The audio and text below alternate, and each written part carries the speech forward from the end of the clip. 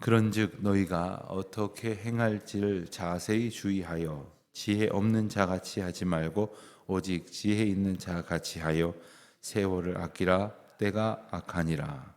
그러므로 어리석은 자가 되지 말고 오직 주의 뜻이 무엇인가 이해하라. 술 취하지 말라. 이는 방탕한 것이니 오직 성령으로 충만함을 받으라. 시와 찬송과 신령한 노래들로 서로 화답하며 너희의 마음으로 주께 노래하며 찬송하며 범사에 우리 주 예수 그리스도의 이름으로 항상 아버지 하나님께 감사하며 그리스도를 경외함으로 피차 복종하라. 아멘. 우리는 어떻게 살아야 하는가를 생각을 하면서 우리가 그리스도인이라는 생각을 다시금 분명히 갖습니다. 내가 그리스도인으로서 어떻게 살아야 할 것인가, 이 자기 인식이 없으면 우리는 우리의 생각의 수준대로 살아가고 세상 풍조의 흐름의 수준대로 살아갑니다. 또 다른 사람들이 말하고 또 주장하는 것에 휩쓸려서 살아갈 수밖에 없는 것입니다. 우리가 어떻게 살아갈 것인가? 예수 그리스도 안에서 우리의 정체성, 그리고 우리가 살아갈 인생의 모습을 우리가 결정하는 것이 아니라 하나님이 인도하시는 대로 순종하는 것을 우리의 답으로 삼을 수 있는 그러한 고민이 될 것입니다. 오늘 말씀을 보면 우리가 바울 사도가 에베소 교회 교인들과 에베소 교회 공동체에게 주신 어떻게 살 것인가에 관한 그런 권면을 보게 됩니다. 15절 말씀을 읽은 대로 너희가 어떻게 행할지를 자세히 주의하라. 자세히 주의하라. 조심하라는 겁니다. 유의하라는 겁니다. 그렇지 않으면 잘못된 행동, 그리고 바람직하지 않은 그러한 생각이 이끄는 대로 우리가 행동하게 될 것이기 때문에 그렇습니다. 때로 우리는 깊이 고민하지 아니하고 행동한 어떤 일, 고민 깊이 자신의 마음을 성찰하지 아니하고 했던 어떠한 일로 인해서 후회할 때가 있습니다. 하물며 우리가 조금만 자세히 생각하고 조금만 주의해도 어이없는 그리고 어리석은 일을 하지 않게 될 것이겠습니다마는 우리의 생각을 좀 더 숙고하라는 말씀이 아니라 15절 하반절에 나오는 말씀처럼 지혜 없는 자같이 하지 말고 오직 지혜 있는 자같이 하여. 지혜는 하나님께서 우리에게 주신 가장 큰 깨달음의 은혜입니다. 그리고 하나님께서 우리에게 주시는 인식이고 또한 그것을 생각할 수 있도록 하게 하시는 하나님의 전적인 은총입니다. 하나님께서 어떻게 우리에게 지혜를 주시는가? 성령께서 우리 가운데 거하시면서 성령께서 우리로 하여금 해야 할 말을 알게 하시고 또한 가야 할 곳으로 우리를 인도하시는 것, 그리하여 하나님의 인도하심에 의해서 살아가는 사람이 바로 지혜 있는 자입니다. 지혜는 오직 하나님께로부터 오는 것입니다. 세상에서 우리가 지혜를 얻을 수도 구할 수도 없습니다. 그렇기 때문에 하나님께서 주시는 뜻에 의해서 내가 생각하고 있는가, 행동하고 있는가를 깊이 고민해야 하는 것이죠. 때때로 조금 참았으면 그렇게 말하지 않았을 텐데 참지 못해서 이렇게 말했구나 하고 후회할 때가 있습니다. 하나님께서 주시는 그 생각으로 말하는 것이 어려운 일이 아닙니다. 모든 기준을 마치 하나님의 그 필터 같은 하나님의 우리를 간섭하시는 그 과정으로 들어가서 그 과정을 통과해서 그 과정이 우리를 걸러주는 것에 은혜를 힘입어서 우리가 말하고 생각하는 것이라 이렇게 여길 수 있을 것입니다. 16절 말씀을 보면 세월을 아끼라. 때가 악하니라 라고 말했습니다. 세월을 아끼라. 여러분, 세월은 어떤 것일까요? 세월은 이렇게 물건으로 이렇게 실체하는 것이 아닙니다. 시간의 흐름 가운데에서 우리가 인식할 수 있는 것입니다.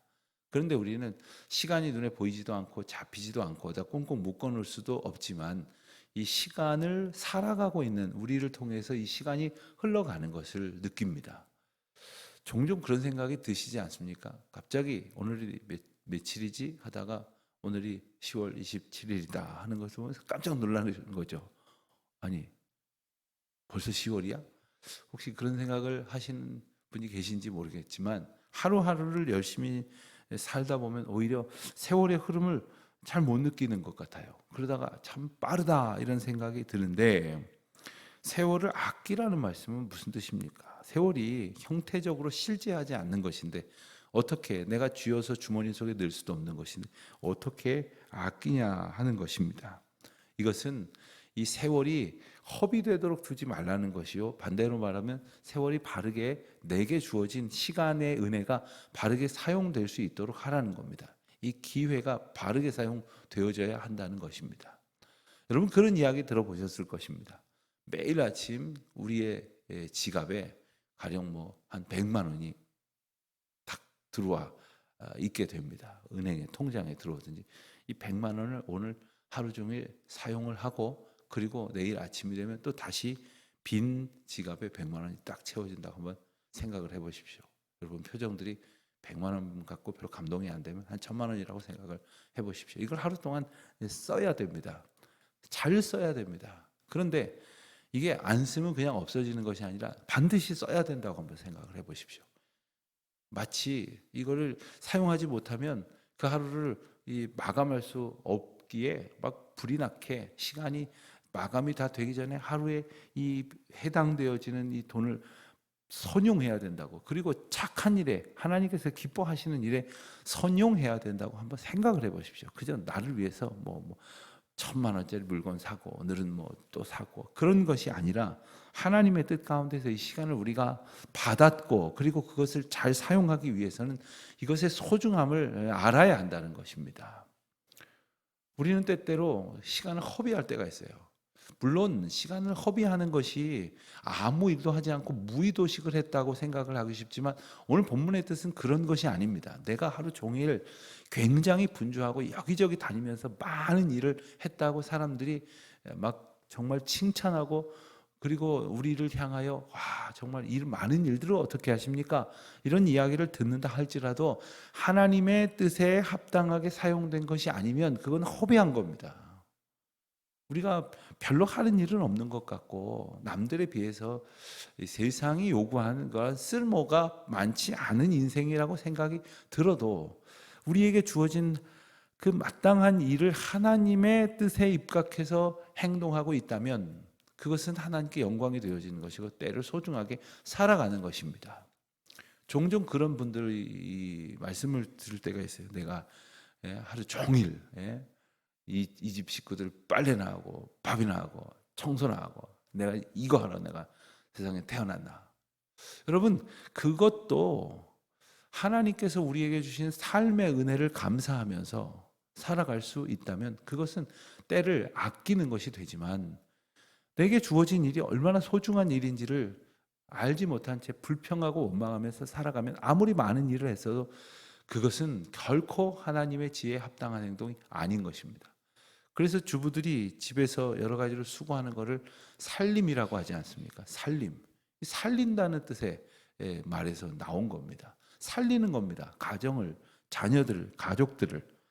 하나님께서 주신 생명의 은혜 가운데에서 우리가 누군가를 살리는 삶을 살아가고 있는지, 아니면 막 쟁투하고 그리고 치열하게 다투어서 뭔가를 계속해서 취하려고만 하는지.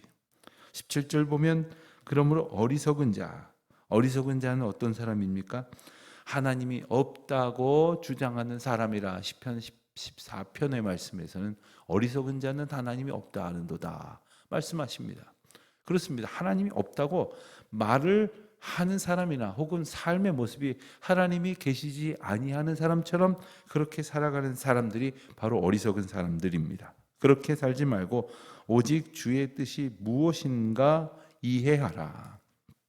여러분, 하나님의 뜻이 무엇인지를 이해하고 깨닫는 사람의 감격은 작지 않습니다. 대단히 중요한 은혜의 어떤 기초를 발견하는 것이고, 그 가운데에서 우리가 살아갈 힘을 얻는 것입니다. 18절 말씀을 보면, 술 취하지 말라, 이는 방탕한 것인 오직 성령으로 충만함을 받으라. 이것은 단지 문자적으로 음주에 관한 얘기를 하는 것이 아닙니다. 그렇다고 음주와 상관없으니 뭐 술 드시고 싶은 대로 마음껏 드시라는 이야기도 물론 아닙니다. 술 취하지 말라. 이것을 방탕한 것이라고 말씀을 하십니다. 방탕한 것. 그런데 술 취함과 방탕함이라고 하는 이 의미가 같이 이렇게 등장을 하는 경우가 적지 않습니다. 로마서 13장에도 또 베드로전서 4장 3절에도 갈라디아서 5장 31절 시간이 없어서 다 화면을 띄우지 않겠습니다만은 이 방탕함과 술 취한 것을 같이 놓고 이야기하는 것, 여기서 말하는 술 취하는 것을 다른 뜻으로 말하면 정신을 붙들지 못하고 있는 것이다, 이렇게 말할 수가 있습니다. 술 취한 사람을 이렇게 보면 인사불성이죠. 누가 와서 업어가는지도 모르고, 누가 와서 뭐 몸에 지니고 있었던 것을 다 빼앗아 가는지도 모릅니다. 제정신이 아니기 때문에 그렇습니다. 그런데 비단 이 술뿐만이겠습니까? 어떤 것에 우리가 취해서 하나님의 자녀로서 걸어가야 할 삶을 살아가지 못하면, 그래서 방탕한 삶으로 살아간다면 그것은 결국 하나님의 은혜 가운데에 주님이 인도하시는 대로 붙들림 받아 살아가는 것이 아니라 뭔가에 취해서 살아가는 것이라고 말할 수 있는 겁니다. 그건 술 취하는 것 같이 아주 분명하게 드러나는 것이기도 하지만 때로는 아주 근사한 가치에 묶여서 살아가는 것처럼 보일 때도 있습니다. 그러나 그 가운데 하나님의 지혜가 없으면 그것은 방탕한 것이고, 그것은 뭔가에 취해서 정신을 차리지 못하고 살아가는 것입니다. 그렇게 살아가지 않으려면 어떻게 되느냐? 성령께서 나의 삶을, 생각을 이렇게 꼭 붙들어 주장하여 주시는 것이죠. 성령의 충만함을 받으라. 성령께서 내 안에 가득하시기를 구하라 하는 겁니다. 성령께서 우리 가운데 가득하게 되어질 때 우리는 마땅한 갈라디아서에 나오는 성령의 열매를 비롯한 하나님께서 우리에게 주시는 무한한 은혜를 얻게 하십니다. 하나님께서 우리에게 주신 그 뜻을 알게 하신다는 것입니다. 대학 다닐 때 이 오픈북 테스트라 그래서 자기가 가지고 온 책을 놓고 보면서 시험을 쳐도 된다는 그런 조건 아래 시험을 치는 경우가 있었습니다. 근데 어떤 학생들은 그런 줄 모르고 그냥 빈손으로 왔습니다. 어떤 학생은 시험 전이라도 열심히 보려고 책을 몇 권 가지고 왔습니다. 가지고 있는 거 펼쳐봐서 답을 찾으라는 거예요. 물론 그래도 찾기 어려운 시험 문제들도 많이 있었습니다만은 책을 많이 가져온 학생은 당연히 찾아서 답을 내기가 쉬울 것이고, 아무것도 안 가져온 사람들은 그저 자기가 가지고 있는 기억력에 의존할 것입니다. 마찬가지입니다. 우리가 세상을 살아가는데 내 정신, 내 노력, 내 의지로 살아가느냐, 성령께서 나의 마음에 주장하셔서 나를 붙들고 인도하시는 대로 살아가느냐, 그 차이는 말할 수 없이 클 것입니다. 그래서 우리가 인생에 허락된 이 시간들을 지혜롭게 살아간다고 하는 것은 바로 그 주도권을 하나님께 맡기는 것입니다. 하나님께 의지하는 것이죠. 어떻게 의지할 수 있겠습니까? 그러한 삶은 또한 어떻게 나타나게 되겠습니까? 19절로 21절의 말씀은 성령으로 충만한 사람, 세월을 허비하고 그리고 뭔가에 취해서 방탕한 삶을 사는 사람들이 아닌 성령의 충만함을 받은 사람들이 살아가는 모습이 어떤 것인가를 약속해 주시는 것입니다. 시와 찬송과 신령한 노래들로 서로 화답하며 너희의 마음으로 주께 노래하며 찬송하며. 우리의 삶은 하나님 앞에 있는 것인데, 하나님 앞에 있으면 우리가 무슨 말씀, 무슨 고백을 하나님 앞에 드리겠습니까? 그리고 함께 나아간 자들이 어떠한 삶으로 연합하겠습니까? 20절 말씀을 보면 범사에 우리 주 예수 그리스도의 이름으로 항상 아버지 하나님께 감사하며, 감사에 대한 말씀을 다시 일러주십니다. 여러분, 하나님의 은혜 가운데 살면 어떻게 달라지느냐? 하나님의 은혜 안에 사는 것에 나의 공로나 나의 수고가 하나도 없다는 것을 깨닫게 됩니다. 전적인 하나님의 은혜 가운데 내가 살고 있구나 하는 사실을 깨닫게 됩니다. 어찌 감사하지 않을 수 있겠습니까? 성도가 어떻게 살아가야 하는지에 관한 모습을 하나님 앞에서는 감사의 태도라고 말한다면, 21절에 보면 그리스도를 경외함으로 피차 복종하라. 그리스도를 경외함으로 피차 복종하라. 여러분, 우리는 복종이라는 말을 딱 떼어놓고 본다면 복종하십시오, 옆에 있는 분에게 복종하십시오, 이렇게 말하면 내가 왜? 내가 뭐가 모질라서? 내가 종이야? 하인이야? 이런 생각을 할 때가 있어요. 그러나 그리스도를 경외함으로 피차 복종한다는 얘기는 굴종을 이야기하는 것이 아닙니다. 서로를 소중히 여기고 존귀히, 그리고 그를 마치 떠받드는 것처럼. 그런데 내가 상대방을 높이면 상대방도 높아지지만 그 상대방이 또한 피차 복종할 것이기에 나를 높임으로 우리가 하나님 앞에 존귀한 자가 되어지는 것입니다. 그런 이야기를 하죠. 남편을 왕처럼 이렇게 대하면 아내는 왕후가 된다. 아내를 수준 높은 그러한 차원으로 이렇게 인식하고 존중하면 남편은 그에 걸맞는 파트너가 된다.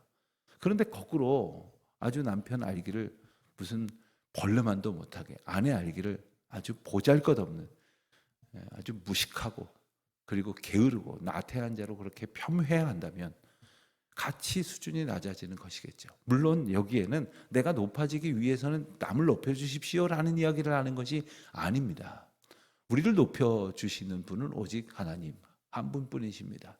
그런데 우리가 상대방에게 선의를 가지고 존중하고, 그리고 그가 부족함에 있지 않고 충만함에 있을 수 있도록 복종하여 섬기는 것은 하나님께서 우리에게 보여주신 그리스도의 모습이었기 때문입니다. 그리스도가 우리를 그렇게 우리를 인정하여 주시고 우리를 소중히 여겨 주셨습니다. 아무리 그래도 그리스도와 우리 사이를 어떻게 그 상하 관계나 어떻게 그 위계 관계로 볼 수 있겠습니까? 그러나 한번 생각해 보십시오. 그리스도께서 우리를 위하여 피 흘리시고 십자가에 죽으신 것은 우리를 섬기시고 우리를 사랑으로 이끄시고 우리를 생명으로 인도하시기 위하여 자신을 죽기까지 낮추신 것을 의미하는 것입니다. 그 사랑으로 우리가 살아가고 있다는 것을 깨달을 때 우리는 서로를 소중히 여기고 존중히 여기는 가운데 하나님의 은혜를 맛보게 된다 할 것입니다. 이 또한 나와 너의 문제로 보면 절대로 이루어질 수 없는 것이죠. 그러나 우리 안에 있는 그리스도께서, 우리의 삶을 주장하시는 성령께서 우리를 붙드실 때 비로소 가능한 것임을 우리가 기억하면서 주여 우리의 삶을 이끄시옵소서. 오늘도 주님께서 나의 언행 심사를 주장하시고 인도하여 주시옵소서. 주님의 뜻대로 살아서 소중히 남겨지는 시간, 주님의 뜻을 내버리고 허비하는 그러한 방탕의 시간이 아니라 오직 주의 뜻대로 살아가는 은혜의 날 되시기를 축원드립니다. 기도하겠습니다. 하나님 아버지, 저희의 삶을 주님 앞에 의탁합니다. 주여 붙드시고 온전히 주장하여 주시옵소서. 예수님의 이름으로 기도드립니다. 아멘.